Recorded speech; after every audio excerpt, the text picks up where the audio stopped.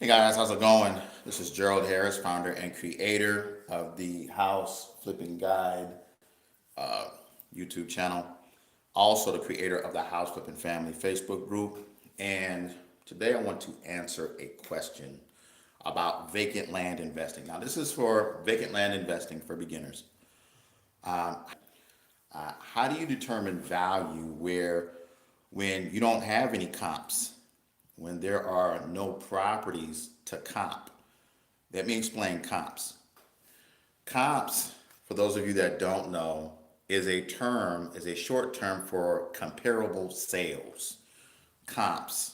It's just a short term that we use in real estate that is pretty much shortened. It it involves comparable sales. Okay? So when it comes to houses, it's a little easier because if you are focusing on a piece of property, a house in a particular area, let's say it's a three bedroom, two bath, you have other houses that have sold within a 3 month period, 6 month period that will help you to determine value of the house that you are dealing with. Now, you essentially do the same thing with land, right? You do the same thing with land. So if you have a land parcel in a particular area, and in this area you have quarter acre land parcels, right? Let's say you're dealing in a certain subdivision and you have quarter acre land parcels. And these quarter acre land parcels have been determined that they pretty much sell regularly for $25,000. Now, these prices are determined by properties that have sold within the last 3 to 6 months in this particular subdivision, right? So, follow me. You have quarter acre land parcels because the land parcel that you're dealing with is a quarter acre.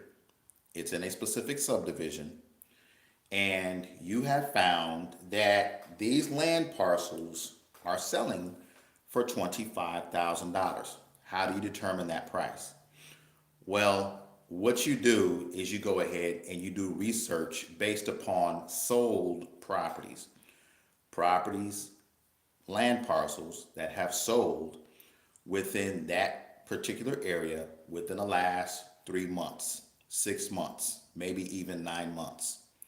Understand this: the more recent the sale, the better the comp, because the better the comp, the better the value. So if you have a vacant land parcel that has sold within the last 60 days versus a land parcel in that same subdivision that has sold,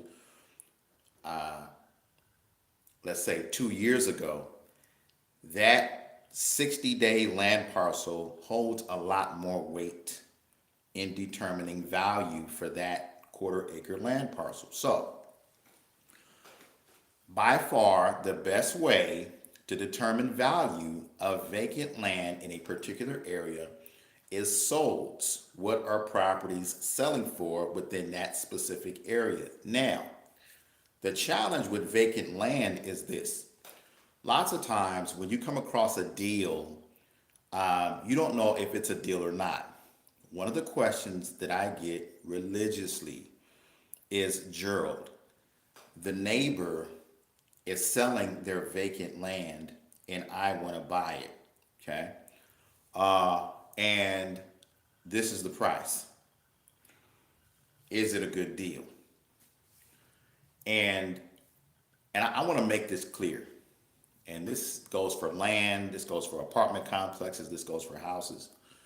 Just because a seller is motivated to sell their property does not make it a deal.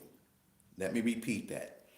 Just because a seller is motivated to sell their property, it does not make that property a deal. What makes that property a deal is you have to do your homework. So, what if you come across a piece of vacant land that is in a particular area that has no other sold comps? in that area. In other words, there are no properties that have sold recently in that area. There's a lot of actives, the properties that are actively listed with agents, actively listed for sale by owner, but no properties, no land parcels in that area has sold recently. Determine value of a piece of vacant land where no land parcels have sold recently. This is the formula that I want you all to begin to pay attention to. In that area where you have a vacant land parcel and all you have within that area is a bunch of active properties, of active vacant land parcels that are actively listed, either with an agent, for sale by owner, whatever it is, you want to take those actives and you want to take what those properties are actively listed at, and in order to make that a deal, you want to get that parcel below those prices. So let me go a little further. You have a vacant land parcel in a particular subdivision, like the example that we used before. It's a 1/4 acre land parcel. You have other land parcels in that area that are actively listed for 22.5, 23.5, 27.5, 26.5, 25,000, etc., etc. In other words, all these 1/4 acre land parcels in that area are listed for about $25,000, actively listed.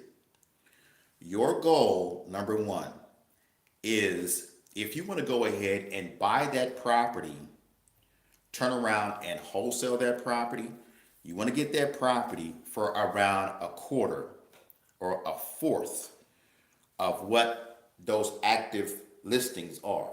So if you have seen a bunch of land parcels in a particular area that are roughly the same size as your land parcel, and you see they're all listed for about 20, let's say the average price is about $25,000, you want to get your property at around 1/4 of that, right? So you want to see if that owner will sell you that property for anywhere between $6,000 to $8,000.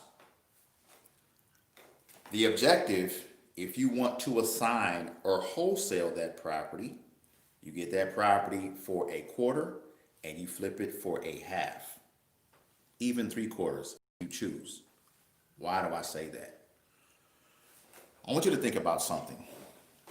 When you're selling land and you have a bunch of properties that are around the same price in a particular area, and everyone is actively listed, and everyone is actively listed for about $25,000 on average, and you have a property that you are assigning or selling, right, for 13.5, 14.5, and they're all around the same lot size. Everything is 1/4 acres, and you have yours for sale for 13.5, 14.5.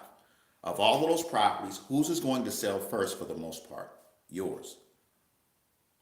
The goal, if you're assigning properties, is to go ahead and to get that property at 1/4 and then flip it for 1/2. Why do I say that?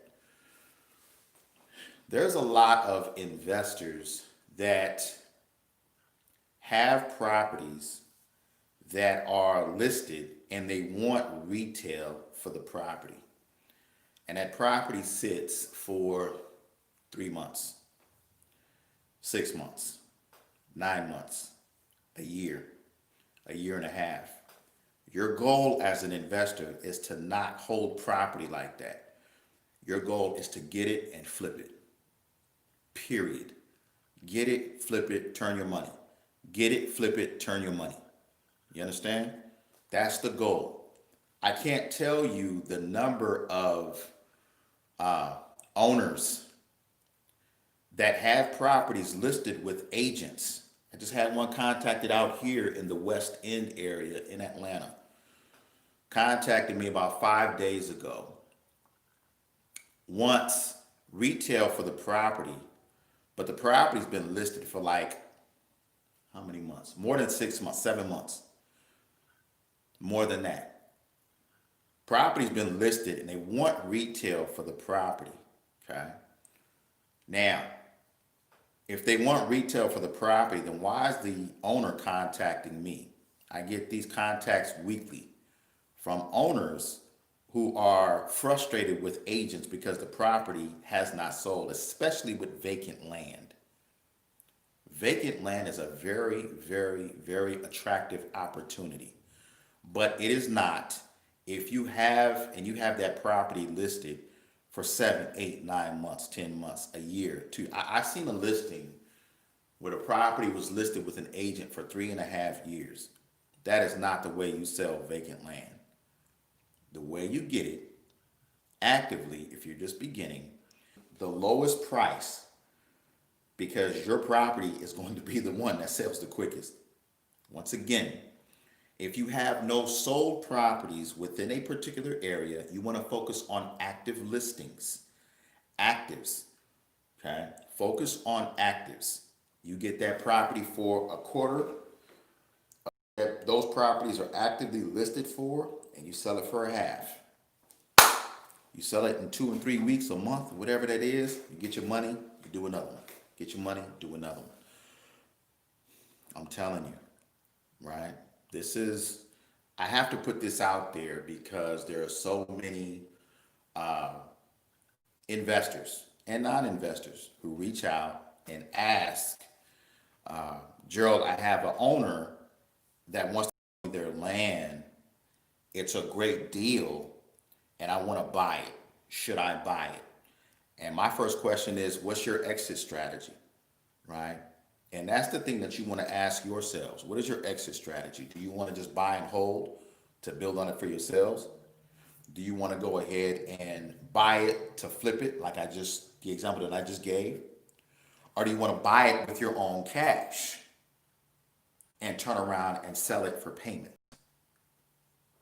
Something else I didn't talk about, right? Selling it on terms, right? So, when you come across a piece of land, ask yourself, what's my end game? My exit strategy, right? You do that, win. All right, guys, if y'all found value in this video, please click the like button, share it with family and friends. Also, if you're interested, check out the link below. Vacant land investing, step by step, okay?